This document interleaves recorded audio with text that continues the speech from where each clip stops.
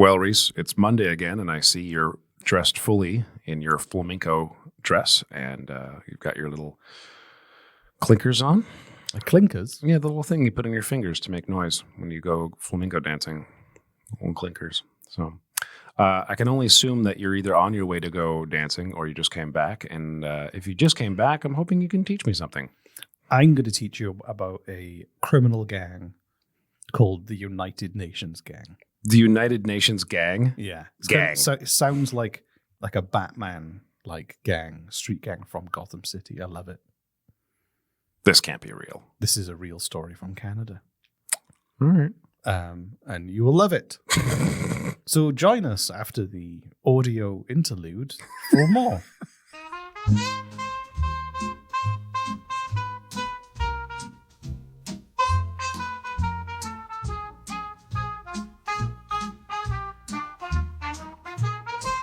Super Blanco, let's do polite. The place that's excitement, kryptonite. You may fall asleep with no warning. Because Canada is boring, boring. Cause Canada is boring. Canada is boring. So boring. Canada is so fucking boring, boring. A real cool podcast with Reese and Jesse. Hello and welcome to Canada is Boring. My name is Reese Waters, and with me is Jesse, the tempestuous Harley. There he is. That's the sound of him pulling his trousers down. You can hear the fizz. Anyway. That's weird, man. So, welcome all to Canada's Boring. I'm Jesse Harley. This is Reese Waters. This show, if you're new, is about Reese. Here, a Welsh immigrant. He's been in Canada for a number of years now, and he really likes politics and history and learning about that. And he's been teaching me, a resident Canadian, apathetic shithead, who has been forced to do this podcast against his will for 4 years now. yay! So learn a little bit something with us today. Against your will. Against your will. I wanted to let you know that we've had some reviews in. My favorite was a 5-star review that just said nice with an O. That's great. And then we also had another 5-star review from someone called Bored Canadian in Boring Canada. They said, love the podcast. Always some good factual info with extras. Let's have some more beer stories. Maybe you could stop running your PSA on the booze up. Yeah, which we had some technical issues. The advert for our live event ran a month after the event. Which is really funny. Also love the new versions of the intro exit theme songs. Great production quality. There we go. And that was from 80s fan Jeff. They love the new intros? They did, and the outros. You're the only person who doesn't like them, Jesse. That's because I can't understand what they're saying. That's because you're maybe not listening. And we also had a speak pipe as well. Yay! I want to get... So SpeakPipe, for those of you who may not know, is like a voicemail you can leave us completely anonymously within seconds. You don't have to sign up or nothing. This is from Darren. Hi, Reese and Jesse. Love the podcast. I think you guys should do a podcast on Francis Pigmagabo. He was a Canadian Ojibwe sniper during World War I who had the most confirmed sniper kills during the entire war.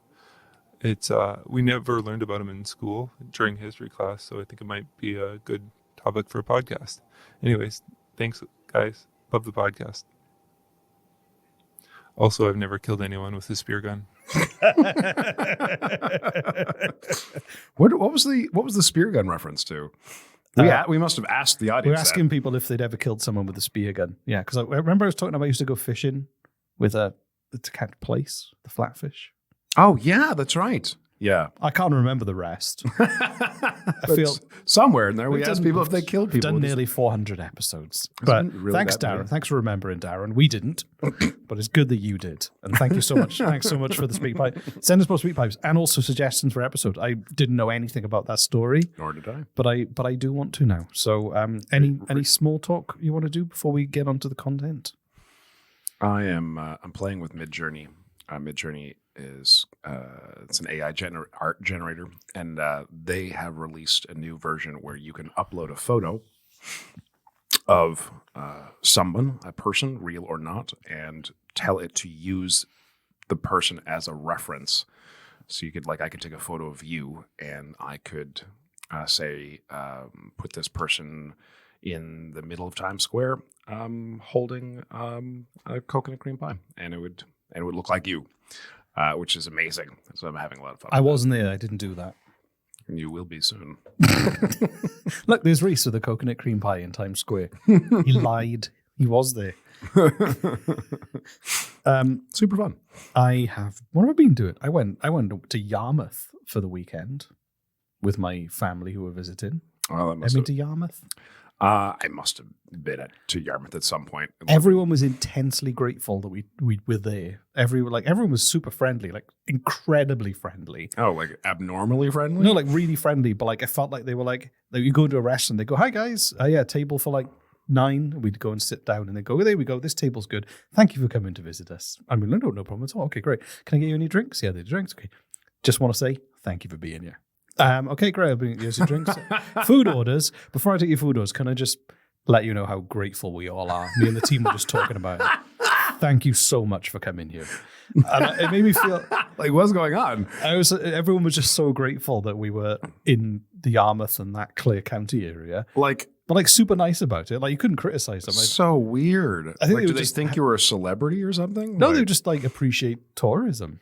Oh, okay. There was obviously they want more tourism. Oh, no, I know why. Why? I just heard about this last night. It's Really? it's kind of crazy. So I was in Spain. This is like all over the news. So I was in Spain. I don't think is this the people protesting about tourists? It's not just people protesting about tourists. It's hundreds of thousands of people protesting against tourists. You should see it. Like, look, I've seen it. I've seen it. It's insane. I don't think that. It's growing into other countries and growing into other countries. I think it was probably because the ferry to Boston they've been struggling with that issue, and they don't have as many people coming through town anymore. More likely. Oh, I don't think I don't know. It's weirdly coincidental that there's world news of get the fuck out tourists, and then suddenly these people in the small town, they're like, thank you so much for being a tourist. We went. I want to give a shout out to the Clare County Golf Course because we went there for lunch, and it was like a very down to earth kind of like rural golf course with lovely people who were grateful that we were there. That's a nice shout out. And my youngest was like, I want to play golf. And I was like, I don't think they're going to let you just play golf. And they're like, no, here you go, everyone. Here's some free golf clubs and a bucket of balls for $10. Oh my God. And there's the driving range going. So we were there. I've never really played golf. 2 hours we were playing golf with the kids. Wow. They were just, no, kids can play golf for free. Please do whatever you don't leave. It was amazing.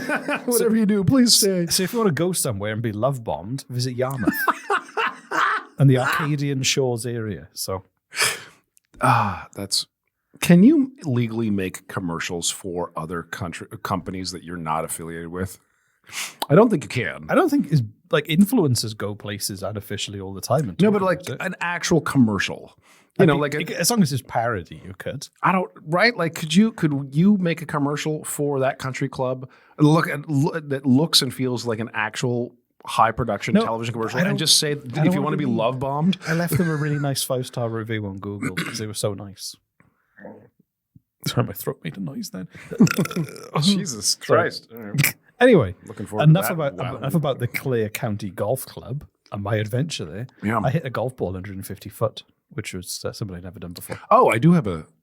Is that good? I don't know. I have no idea, but that sounds impressive. It landed by that flag. It sounds impressive. Yeah. I do have a quick fun story. I went and saw a Viking wrestling soap opera. Was that Ragnarok one? Yeah, I've seen advertised. It was very good. A Viking wrestling soap opera. I actually know the people behind that. Do you really? Yeah. Are they from Wales? No. How do you know these people? I know the person who arranged. I don't know the people who did the actual Vikings, but the person who arranged for them to get Halifax. I know. Oh, so you know the person who helped them get here. I don't. Yeah. Okay. It was a fantastic show. It was all about Viking lore, like actual Viking and then lore they wrestled with Odin and Thor and Loki and but then they told, I'm pretty sure they told like the actual lore because like there was incest and they were trying to make it funny, but like, but there was no reason to talk about that, like have that be a thing at all, other than like, well, it must have been part of the lore. Like Loki apparently had children with his sister. I don't know if that's real, but they included it in there. It was very weird. But it was a fantastic show. The storytelling was great. The I acting was left that great. out of Marvel. Yeah, right. And the wrestling was really good. And now they might be done now, but they were in New Brunswick, and they're just. I'm very sorry. They're doing a little. Yeah. Let's learn about the United Nations gang. Let's do it. So, the United Nations gang has like a Tony Soprano figure, a guy named Clayton Clay Rochelle, who was born in 1975 in Chilliwack. Okay. In Canada. That's in British Columbia, isn't yeah, it? Yeah, in BC. So he came from an upper middle class background. He wasn't the thing about this is that there's a weird Canadian thing where middle class and upper middle class kids get involved in organized crime rather than like that is weird. Rather than like people who are like, hey, I'm living on the bread line, and that's statistically true. Is that? I have no idea on the statistics, but there's a few examples of people who've got involved because his family owned a scrapyard and a recycling business, so they weren't like short on money. Huh. So, but he grew up surrounded by Vietnamese Canadians and Laotian Canadians, and had an obsession with Asian culture. I mean, who doesn't? I mean, Asian culture's cool. I like the food too, but he was like obsessed, and he basically spent all his time in the kind of Vietnam town area of Abbotsford. He loved bootleg kung fu movies, and he basically was dating like he would only date kind of Vietnamese girls or Asian girls. He was kind of all his friends. He was like, no, I love this culture so much. I mean, as far as hobbies go, it's kind of I wouldn't say this is unhealthy. He's learning about another culture and other countries. I've got no problem with people being enthusiastic for other cultures. It's awesome. It's good. It's good. And he was super popular too. He was really popular, well known, and one Korean Canadian was quoted saying that Clay was never white. Maybe he was born white, but his soul was never white. As in, like he was so identified with Asian culture, which I thought was interesting. Who said that? It just says a Korean Canadian. I couldn't find the exact detail. But after he graduated from high school in 1993, he didn't go to university, and he had a bunch of different jobs. However, he started to get involved in drugs. In 1994, he was arrested for the first time, visiting the home of a drug dealer, but he wasn't charged. And then he met somebody called James Coultier, who became his best friend. And through connections, through Coultier and his girlfriend, became involved with Asian organized crime figures in Vancouver. It doesn't say how they got involved, though. They started selling drugs for them. Oh, okay. So basically, all right. And he started to work with a Vietnamese organized crime figure known as Vu, and was like, apparently became like a surrogate father to him. Oh. So he was kind of, I don't know if it is, I couldn't find any information about his biological dad whether it had issues, but maybe it was like a father. You couldn't find his father, neither could he. Crime father. So, and he was described as like he wasn't like full of talk. If he said I'm going to do something, he would do it. Okay, well, so he became famous for that. At least he's got conviction. Exactly. And he became involved at this stage. He became involved in Buddhism and learning about Buddhism. That's weird. A drug dealer. That's a little strange. I know. I don't right typically associate like a life of organized crime with Buddhism. Right. I'm gonna meditate today. I'm going to read about reincarnation. I'm going to wish the world inner peace, and then I'm going to go sell crack for organized crime families. Is it any different from devout Christian George W. Bush invading Iraq? That's interesting. That's very interesting. That's a really good point. Did he do any worse for humanity than that action? That's funny. Yeah. Like, all right. I mean, like, I don't know if there are many examples of Buddhist organized Buddhist organizations, like I should say, because I don't think Buddhism is like an organized religion so much. More of a philosophy. It's more of a philosophy, yeah. But like I'm sure there are organizations that have like a lot of Buddhist communes or whatever. I don't think there are any examples of Buddhist organizations or communities influencing violence towards others. No, but I think but Christianity has done it. I think Hinduism has done it a little bit.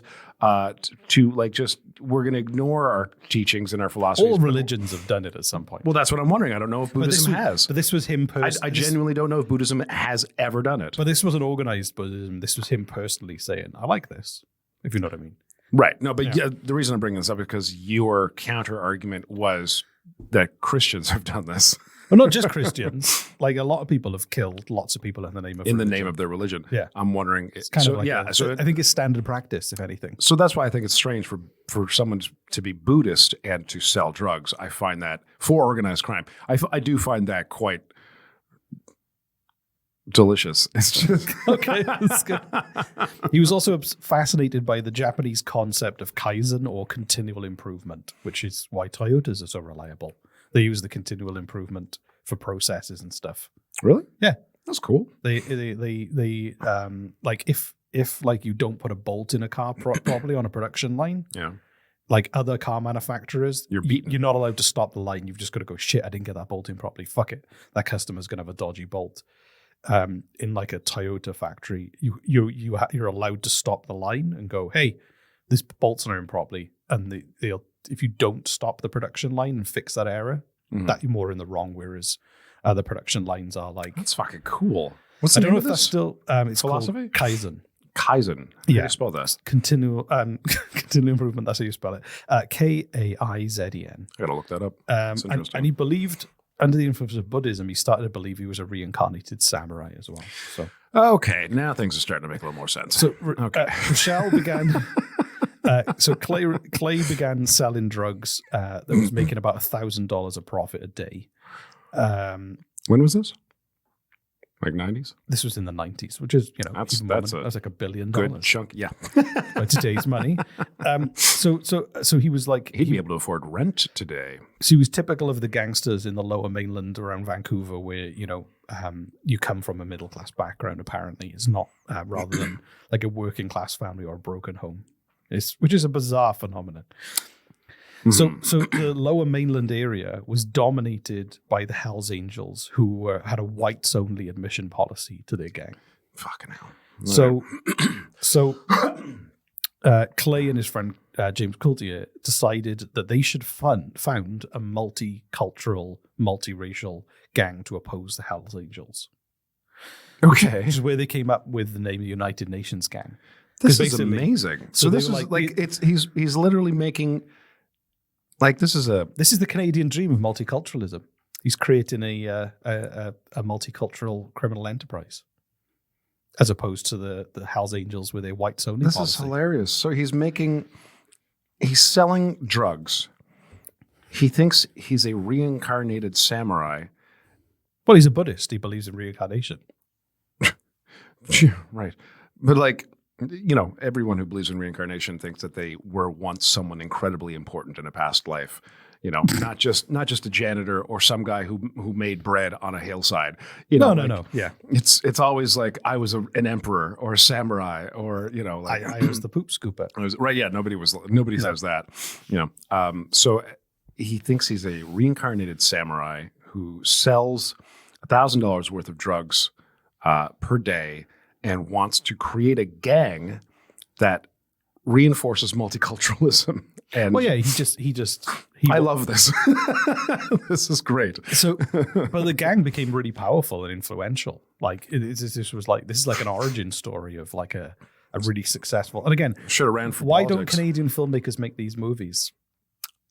Honestly, man. Stop talking about feelings. Just make cool shit like this. Anyway. So the slogan. Don't get me started on the Canadian film industry again. The slogan for the gang was honor, loyalty, respect, which they had to have tattooed on their bodies, usually in Chinese characters somewhere. That was the thing. They were expected to wear hoodies covered with Asian imagery, such as tigers or dragons, and they would learn and practice mixed martial arts and engage in rituals devised. How many Asian people did they have in their gang? Well, you didn't have to be like when he went. I'm just curious if they had any. Well, no, they did. They did. It was just that was like that was their thing, if you know what I mean. So you could be. There was no like because I think there was no racial boundary to join in the gang. No, I just think it, and I recognize. I just think it'd be very funny if they were promoting multiculturalism and they had to have Asian words tattooed on their body, wear Asian robes with Asian symbols, and not a single Asian person was in the gang. That would be funny. But that was their thing. That was their brand, if you know what I mean. It was a brand in exercise. How many people were in the gang? I'm not entirely sure, but let me find. Who was the? I couldn't actually find exact numbers. But what I can tell you is I can't find the exact amount. Anyway, loads. This is an ad break, so please come back. Offering fun things like pillows and cracks, razors, fast food, apps and bear traps. Canada might be boring, but these ads will slap. Thank you for coming back. Did you buy a pillow or some crack? Maybe you had a quick dump or weed. Well, look who is back. It's Susan Jesse. Have you seen the number before? No, I couldn't find the number, but it was essentially they grew to rival the Hells Angels. Holy shit! Okay, in that area, in that region anyway. Right.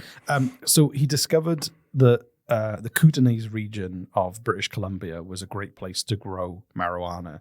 So in 1987, he started to export to the United States, and he was known for selling the best strains of marijuana. It was very, very popular. Well, he believed in Kaizen. So he became continual improvement. Yeah. This weed is like the Toyota of weed. $10 more, you can have a bag of Lexus. So he became the most successful and wealthiest marijuana dealer in British Columbia. Holy shit.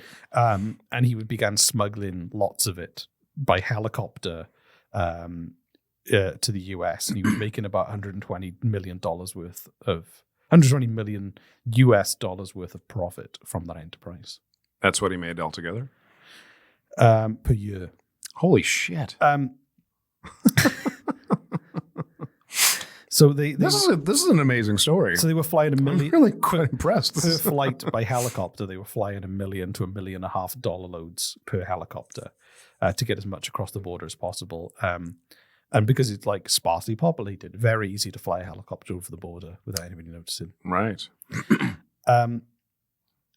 And apparently, like, Clay and his gang changed Vancouver substantially. So before, it was seen as like a hippie town, a hippie city, kind of mellow. Yeah. But it did increase the level of violence, and like it kind of created a new era where you had the police changed. It became a less innocent place. Why?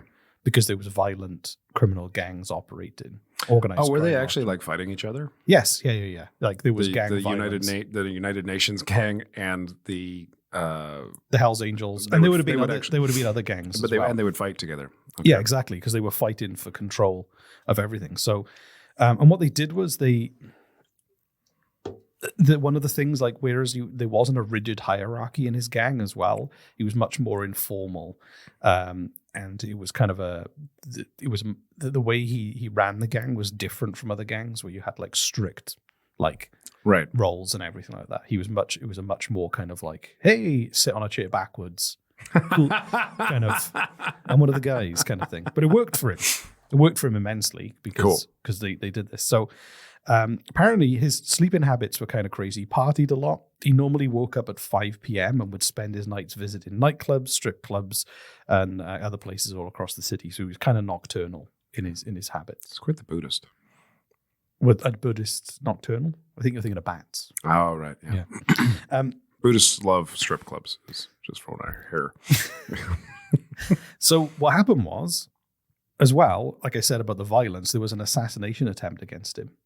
So he was eating in a restaurant, and somebody shot at him, and he survived because the bullet bounced off his Buddhist prayer beads, No way. which only enhanced his faith Of course. and belief in Buddhism even more. That's hilarious. Um, That's so- amazing. So he said he wanted to be the biggest drug dealer in Canada, and he wanted to make history. So he started traveling to like Hong Kong and Vietnam and going to temples and monasteries looking for inspiration. He married his long-term Lao Canadian wife. Fiance became his wife. They bought a massive house. He opened a new restaurant. He wasn't like What kind of restaurant was it? You open a restaurant? the Millennium Cafe. He also purchased a ton of real estate. And he also then, so he became a... Like he doesn't sound that bad of a person. He sounds quite nice, honestly. No, I mean, the drugs that he's selling is weed. Whatever. Yeah. Who cares? He's really into promoting multiculturalism. He's into fighting with those who are exclusionary of other people. He travels the world looking to expand his mind. Right? He believes in bettering oneself and one's product. There might be people who were victims, though, of might from that gang who might disagree. Sure. Yep. There's always two sides to this. Yeah, of course. This isn't like... As far as gang leader goes, though, this guy's, he's got my vote. So you're going to vote him in. Maybe he should run for prime minister. So apparently as well, he became like a surrogate father to all the people in his gang, especially the younger men in the gang. That sounds so nice. So he said things like, I had girls I didn't know calling me because their fucking boyfriends were abusive, all that kind of shit. I had to deal with it, and it would get under my skin. It was fucking exhausting. So basically he was like making sure they were good to their girlfriends and policing them. Wow. He bought a gym and used it as a training center for where they could learn MMA skills. And Amazing. was known to attend a lot of MMA fights. And he actually fought as an amateur fighter himself. He was described as a muscular man with a body covered with elaborate Asian-themed tattoos, and sometimes he wore glasses. I don't know why they added that detail. So they were starting to buy and move cocaine back into Canada now as well. Oh, So man, come on. This is like 2005. He spoke to a police informant, basically You're saying, doing so good, and then you had to go to coke. and they had some street level drug dealers in San Jose working for the UN gang. So they were actually operating more in the US as well. Wow. Expanding, and Texas as well. And apparently they were looking at kind of new ways. So they were going to talk about digging tunnels under the border and operating tunnels to move drugs. That's cool. And there were some wiretaps. So the police were like closing in on him. There were some wiretaps in 2007 and 2008 that revealed he lived by a set of rules, basically saying on the phone that UN gang members must never have sex with another gang member's wife, must never eat dog, cat, or snake, and must never let anyone touch your head. And you must never walk under a clothesline, as all those things. You must never let take away anyone the- touch your head? Yeah, take away your power. So you had these kind of guidelines to live by. You built like a They're weird. I don't know, maybe it's linked to some Don't things walk he's under a read. clothesline? Apparently. Yeah, okay. Buddhism's getting weird these days. I mean, maybe it's his own interpretation of it. I don't know. But anyway, so he didn't like traveling to the US because he was worried he was going to get thrown in jail. Fair enough. He was always paranoid, and he said this on the wiretaps. He said, "I'll never come back." But he did visit Vietnam, Japan, the Netherlands, United Arab Emirates, Mexico, Lebanon, Thailand, Macau, and Hong Kong. But he never went to the United States. He was careful not to go there. Wow. He went to attend a wedding in Mexico in 2008. He landed in Mexico, was refused admission, so he started to take the next flight to Vancouver. However, the American authorities diverted the flight to Dallas, Oh, wow. where he was arrested. because he didn't want to go to the US, but they were like, hey, this guy's going to fly over the US, so let's make him land. Wow. He was charged with conspiracy to import cocaine and marijuana into the United States and was denied bail. And this is like to talk about the multiculturalism in the gang. After he was arrested, he was replaced by an Iraqi immigrant called Barzan Tilichol. Okay. Sorry, say that again. He was what? He wasn't the lead because he was in prison. Yeah. An Iraqi immigrant stood up to kind of continue running the United Nations gang. Running the United Nations gang, which was like a testament to like how it was totally multicultural. Wow. So was he is he still in jail? Well, the RCMP then searched his house. They found a kit for kidnapping or murder that comprised of handcuffs, masks, night vision goggles, bulletproof vests, and a handgun. That's just his sex routine. That's Exactly. that's a good Saturday night. Don't kink shame. Yeah, right. And he claimed he was unable to afford an attorney and asked for a public defender to represent him because obviously a lot of his money was not legit, if you know what I mean. Right. He pled guilty to the charges and was sentenced to a prison in Seattle for 30 years. Holy shit. Why would you plead guilty to that? He looks like he's going to be released in November 2027 at this point. Oh, wow. So he's been in prison for that's a hell of a long time. That is a long time. Because he went in 2009. But apparently, he's supposed to be, currently he's in South Carolina in a prison. And he's got a Facebook profile and he actually paints. He's taken up painting in prison. And he does Asian-themed paintings in his prison cell, which he sells on the internet. And apparently people like buying them. Holy shit. So you can actually go and buy one of his paintings. And if you tear open the painting, you'll find bags of coke inside. Maybe. But I just found that really fascinating. So this crime lord who built a multicultural gang is coming back, might be back in Canada before the end of this decade. How old would he be? He was born in 1975, so he would be 45. No, 55. 50. 50, that one. 49? We're good at math. Yeah, he's going to be about 50. Okay. Wow, so we might have a Buddhist crime lord come back. Yeah. Did you know Canada had that kind of thing going on? I did not. I never know. These stories are astounding. I don't know how Canadians don't know this stuff is going on in Canada. I'm also wondering if you're making this shit up. No, this is all if you get high on Google peyote and just write this stuff down for in your backyard. Google the United Nations gang. It's fascinating. That is amazing. God, why doesn't Canada television or Canadian television and film take advantage of these stories? Like, they're incredible. I'm enjoying the new format. I don't like politics. This is great. So yeah, there we go. That's the story. That's the content. Love it. That's fantastic. Yeah. You're going to do admin, then a little quiz. Yeah. Yeah. If you he's going to quiz me and you, the audience, and see if you know more than me, which I guarantee you will. So admin, Canadian politics is boring.com. Still haven't changed the website over. Maybe I will, maybe I won't. Who knows? But I was going to say is go to patreon.com/Canada is boring and you can support us. And if you can't support us for $5 a month, then leave a review. You can also go to Apple Podcasts and there's that one too. That's so much easier. Like with Patreon, if you're used to Patreon, if you know how Patreon works, you can sign up, and part of the $5 a month is you get to chat with us. There's like chat rooms and stuff. There like is. That. We'll talk with you. If you just want some bonus content, and by bonus some, we mean like so fucking many bonus shows. It's crazy. The easiest way is through Apple Podcasts. Just click the button and you're done. We appreciate any and all support. And like we said, times are tough, and if you can't support us that way, we'd love a review. Yeah. You don't have, doesn't cost you anything apart from time. Yeah. And time is money, but come on. Yeah. Do you want to spin the wheel for a quiz? Let's spin the wheel. Ooh, tough question. So, right. I'm bad with names. Don't ask me names. This is a name one. No, I'm that I can't name the town he grew up in. Oh,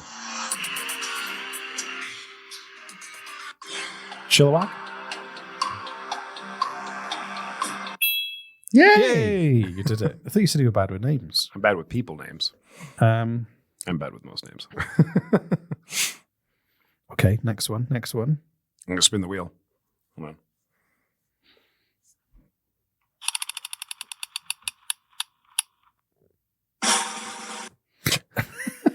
What was the slogan for the gang? They had a slogan? Oh, wait. It's like 3 words, 3 separate words. Like respect, farting, and eye contact. Close. Honor, loyalty, respect. Oh, I got one of them. Okay, cool. One of the 3, right? All right, That was pretty good. that's kind of neat. I'll give you a third of a point. Thanks. 1 1/3 of a point. How much money? Oh, spin the wheel. Spin the Okay. wheel.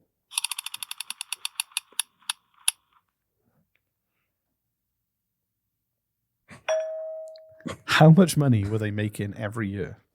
Oh, I forget. It was it 180 million? 120. Shit. You didn't do bad. Okay. You didn't do bad, ladies and gentlemen. You didn't do bad. 2 1/3. 1 1/3 points out of 3. You didn't win the car. You didn't win the speedboat, but you do get the coffee machine. Oh. What are you going to do with it? Make some coffee. Great. You make a great game show host. Thank you. Is this what Do you want to spin again? He's going to spin again. It's a British game show host. That was fun. That was a really good story. I'm really impressed. Honestly, bring him more of these stories. I will. I shall. I will. I shall. Okay. I will. So thanks very much for listening, everyone. This has been Canadian Politics is Boring. It has not been Canadian This politics. has been Canada is Boring. I've been Reese Waters, and who have you been? Jesse Harley. I will say it is nice to hear you say the name of our old show again. By just accident. just for nostalgic sake. It's muscle memory. It's just muscle memory. Yeah, I know. So, Of course, yeah. why not send us a nice email? CanadianPoliticsIsBoring@gmail.com. Let us know what star sign you are and what hose setting you like. Or send us a speak pipe. Or a speak pipe. Yeah. Speakpipe.com/Canada is boring. So, Oh, did you change that one? oh no, that's Canadian Politics is Boring still. So we should do a new one. Right. Bye, everyone. Bye, everybody. Super they cool, they much too polite. A place that's exciting with kryptonite. You may fall asleep with no warning because Canada is boring, boring. Because Canada is boring, boring. Canada is boring, so boring. Canada is so fucking boring, boring, boring.